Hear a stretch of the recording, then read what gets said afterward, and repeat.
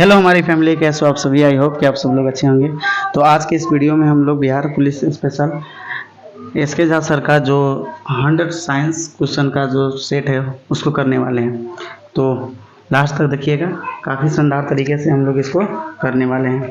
तो आइए, सबसे पहला क्वेश्चन जो है, रेडियोधर्मिता की खोज किसने की थी। तो रेडियोधर्मिता की खोज की थी हेनरी बेकुरल ने। तो आपका सही आंसर हो जाएगा ऑप्शन नंबर सी। ठीक है,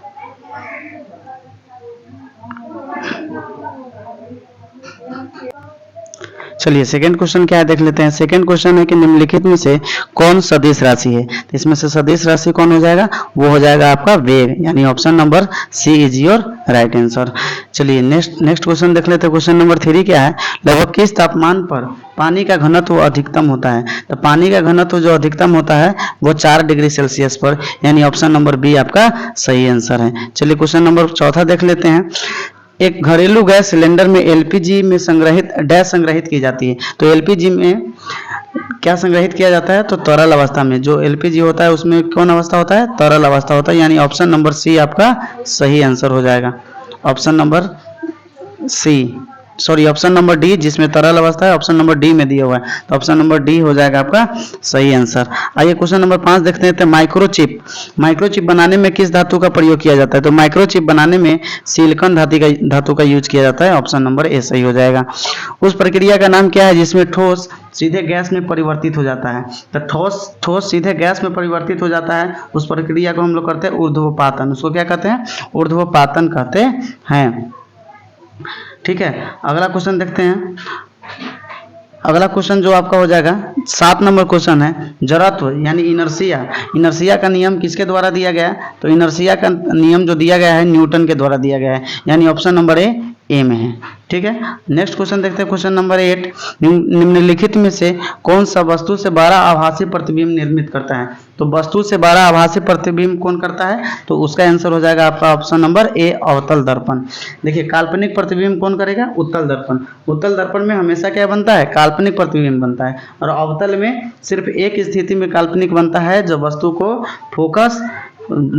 क्या किया जाता है, फोकस और पोल के बीच रखा जाता है, उस समय क्या होता है कि वस्तु का काल्पनिक प्रतिबिंब बनता है। आइए देख लेते हैं क्वेश्चन नंबर 9 को। चलिए क्वेश्चन नंबर 9 क्या है, डैश परमाणु अणु आयन होते हैं जिसमें समान संख्या में इलेक्ट्रॉन उपस्थित होते हैं। तो समान संख्या में इलेक्ट्रॉन जब उपस्थित होता है तो उसको कहते हैं सम इलेक्ट्रॉनिक, जो कि आपके ऑप्शन नंबर सी में देखने को मिल रहा है। सम इलेक्ट्रॉनिक जो सॉरी ऑप्शन नंबर ए में आपको देखने को मिल रहा है। ठीक है, नेक्स्ट क्वेश्चन देखिए। तो आइए क्वेश्चन नंबर आपका 10 हो जाएगा। क्वेश्चन नंबर 10 क्या है कि आकाश का रंग नीला निम्न में से किसके कारण होता है। तो आकाश का रंग जो नीला होता है वो प्रकाश के प्रकीर्णन के कारण होता है, यानी ऑप्शन नंबर डी आपका सही आंसर हो जाएगा। आइए क्वेश्चन नंबर 11 देखते हैं कि बारूद में निम्नलिखित में से क्या होता है। तो बारूद में जो है आपका वो होता है ऑप्शन नंबर सी यानी बी, पोटेशियम नाइट्रेट उसका मुख्य अवयव होता है किसका, बारूद का, यानी पोटेशियम नाइट्रेट आपका सही आंसर हो जाएगा। आइए क्वेश्चन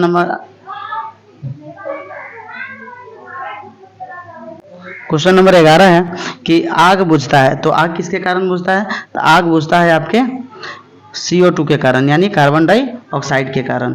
ठीक है, आगे देखते हैं। क्वेश्चन नंबर 13 हो जाएगा, निम्नलिखित में से कौन एक उपधातु है। तो निम्नलिखित में से उपधातु कौन है, सिलिकॉन है कि ब्रोमीन है कि लेड है कि सोना है। तो इसका आपका सही आंसर हो जाएगा सिलिकॉन आपका सही आंसर हो जाएगा। ठीक है, उसके बाद देखते हैं क्वेश्चन नंबर 14, गोलीय दर्पण की परावर्तक सतह का केंद्र बिंदु क्या कहलाता है। तो गोलीय दर्पण के परावर्तक सतह के केंद्र बिंदु को ध्रुव कहते हैं। क्या कहते हैं, ध्रुव कहते हैं। जैसे देखिए गोलीय दर्पण है और इस पर जो परावर्तक सतह होगा उसको हम लोग क्या कहते हैं, पोल कहते हैं। पोल आपका सही आंसर हो जाएगा। क्वेश्चन नंबर 15 देखते हैं, चूने पानी का रासायनिक सूत्र क्या है। तो चूने पानी का रासायनिक सूत्र हो जाएगा आपका कैल्शियम हाइड्रोक्साइड यानी CaOH का होल ट्वाइस, जिसको बूझा चूना भी कहते हैं। बूझा चूना भी इसी को कहते हैं। ठीक है, और आप लोग कमेंट करके बताइएगा कि CaCO3 किसका रासायनिक सूत्र है। चलिए आगे क्वेश्चन देख लेते हैं आपका। 16 नंबर क्वेश्चन, आयोडीन डैश के संश्लेषण के लिए आवश्यक है। तो आयोडीन थायरोक्सिन, आयोडीन जो है थायरोक्सिन के संश्लेषण के लिए आवश्यक है, यानी ऑप्शन नंबर डी आपका सही आंसर हो जाएगा। आइए अब हम लोग देखते हैं क्वेश्चन नंबर 17 को, मानव शरीर में पाइरूवेट का ऑक्सी विघटन कहाँ पर होता है। तो मानव शरीर में पाइरूवेट का ऑक्सी जो विघटन होता है वो होता है आपका ऑप्शन नंबर ए माइटोकॉन्ड्रिया में। तो सही आंसर हो जाएगा क्या, माइटोकॉन्ड्रिया, माइटोकॉन्ड्रिया। क्वेश्चन नंबर 18 देखते हैं, सामान्य वार्तालाप का शोर स्तर क्या होता है। सामान्य वार्तालाप का शोर स्तर आपका हो जाएगा लगभग 70 डेसिबल। क्या हो जाएगा, ऑप्शन नंबर बी लगभग 70 डेसिबल, लगभग 70 डेसिबल आपका सही आंसर हो जाएगा। आइए क्वेश्चन नंबर 18 देखते हैं। क्वेश्चन नंबर 18 जो है वो आपका देख लेते हैं। क्वेश्चन नंबर 18 में क्या 19 में क्या कह रहा है कि लेंस की शक्ति का एसआई मात्रक क्या होता है। तो लेंस की शक्ति का एसआई मात्रक होता है आपका डायोप्टर, यानी ऑप्शन नंबर बी आपका सही हो जाएगा। लेंस की शक्ति का एसआई मात्रक डायोप्टर होता है और शक्ति निकालने का जो फॉर्मूला होता है P बराबर 1/f, आपका सही आंसर हो जाएगा। तो अगर दिया होगा फोकल लेंथ तो आप इसका क्या कर सकते हैं, पावर निकाल सकते हैं। अगर मीटर में दिया है तो सेंटीमीटर में दिया है तो 100/f हो जाएगा।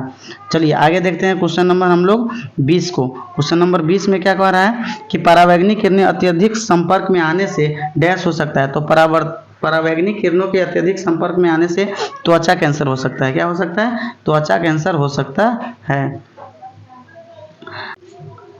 21 नंबर क्वेश्चन देखिए, 21 नंबर क्वेश्चन में क्या कह रहा है कि जीवों में प्रोटीन निर्माण के लिए सूचना स्रोत क्या है। तो जीवों में प्रोटीन निर्माण के लिए जो सूचना स्रोत है वो डीएनए है। क्या है, वो डीएनए है। तो ऑप्शन नंबर क्या हो जाएगा, सी हो जाएगा।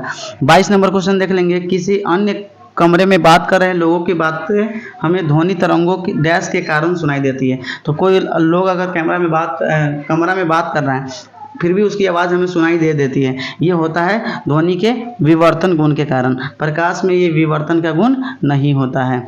चलिए आगे देख लेते हैं। नेक्स्ट जो क्वेश्चन हो जाएगा आपका क्वेश्चन नंबर 23, हृदय की धड़कन का पता लगाने के लिए किसका यूज किया जाता है। स्टेथोस्कोप का यूज किया जाता है। आप कमेंट करके बताइएगा कि थर्मामीटर का यूज किस लिए करते हैं। क्वेश्चन नंबर 24 है, सीसा और टीन की मिश्र धातु को कहा जाता है। तो सीसा और टीन की मिश्र धातु को सोल्डर कहा जाता है। क्या कहा जाता है, सोल्डर कहा जाता है। आइए देख लेते हैं आप क्वेश्चन नंबर 25, निम्नलिखित में से कौन सा विकल्प संतुलित आहार का उदाहरण है। तो इसका सही आंसर हो जाएगा ऑप्शन नंबर सी, दाल रोटी। दाल में आपको क्या मिल जाएगा, प्रोटीन हो जाएगा। रोटी में आपको कार्बोहाइड्रेट मिल जाएगा, दाल में प्रोटीन मिल जाएगा और सब्जी में विटामिन मिल जाएंगे। क्या बर्गर खाने से आपको सही चीज आपके सेहत के लिए सही होगा, नहीं होगा।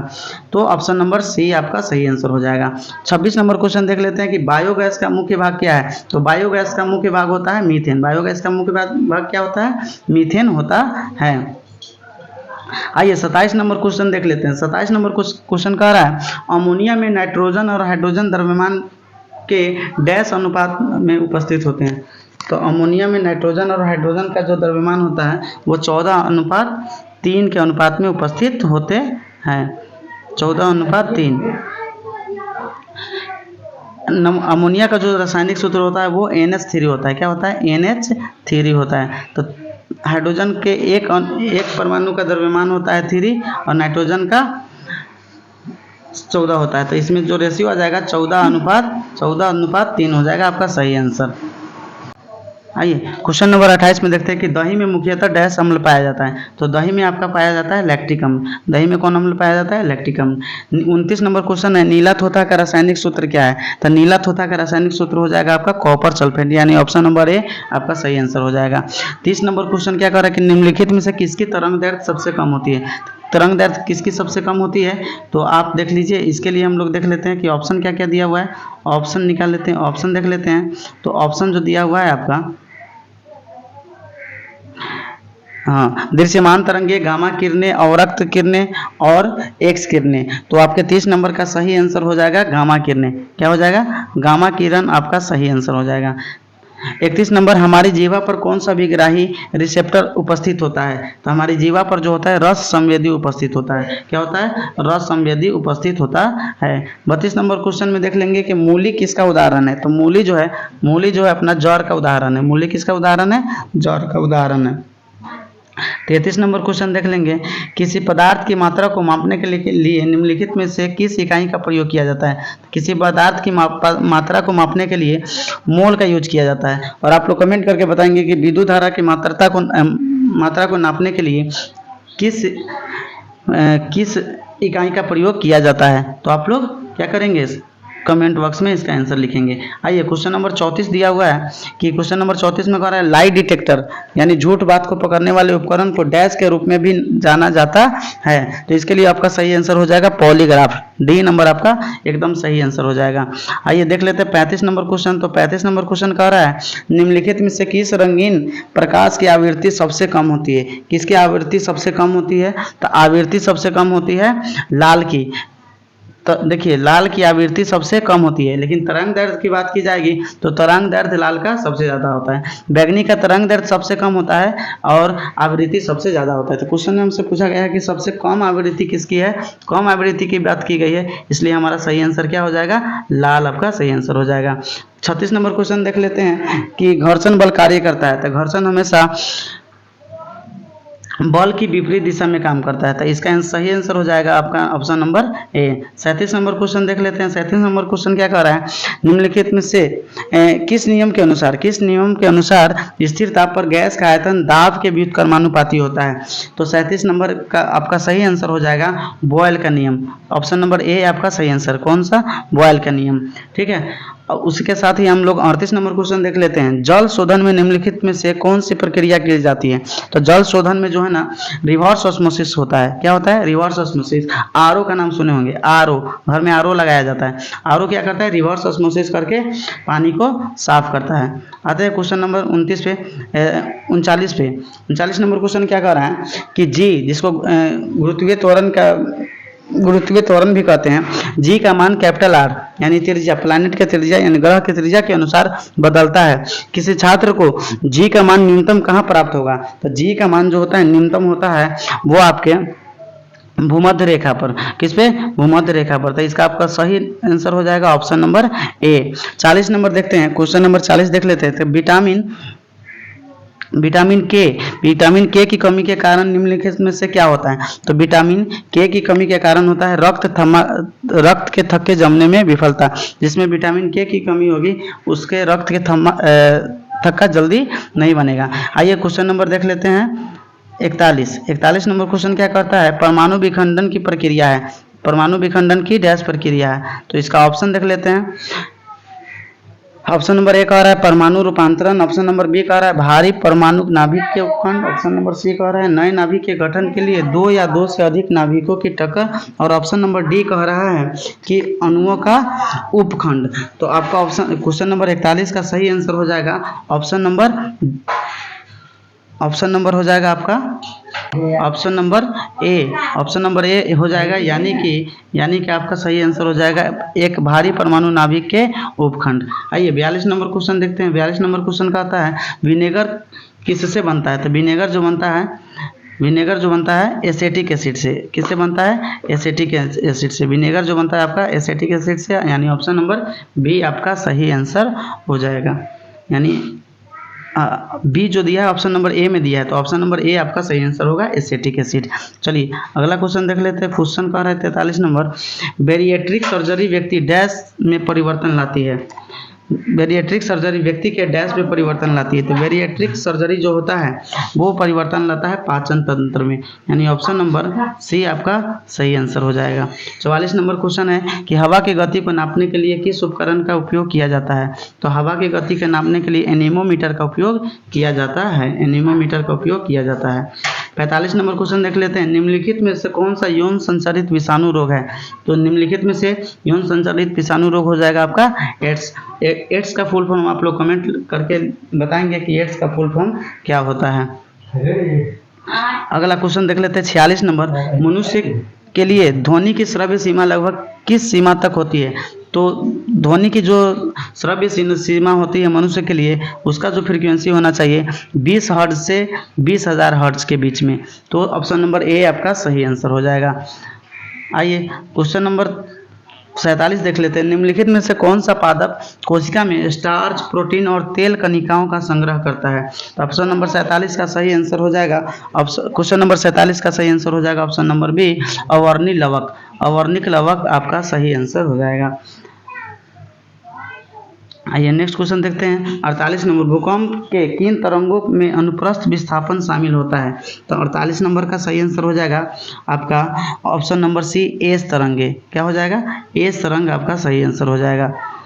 49 नंबर देखते हैं। 49 नंबर जो क्वेश्चन है वो कह रहा है कि विसरण के संबंध में नीचे दिए गए कथनों में से कौन सा कथन सच नहीं है, सही नहीं है, गलत को आपको चुनना है।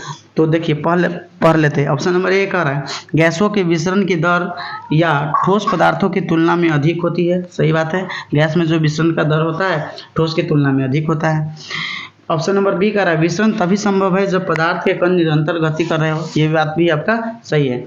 ऑप्शन नंबर सी क्या कह रहा है? ऑप्शन नंबर सी कह रहा है कि गैसों के विसरण की दर उसकी मात्रा पर निर्भर करती नहीं, ये उसकी मात्रा पर निर्भर नहीं करता है। यानी ऑप्शन नंबर सी आपके सवाल का सही आंसर हो जाएगा। आइए क्वेश्चन नंबर आपका 50 कह रहा है कि ओजोन के एक अणु में ऑक्सीजन के कितने परमाणु होते हैं?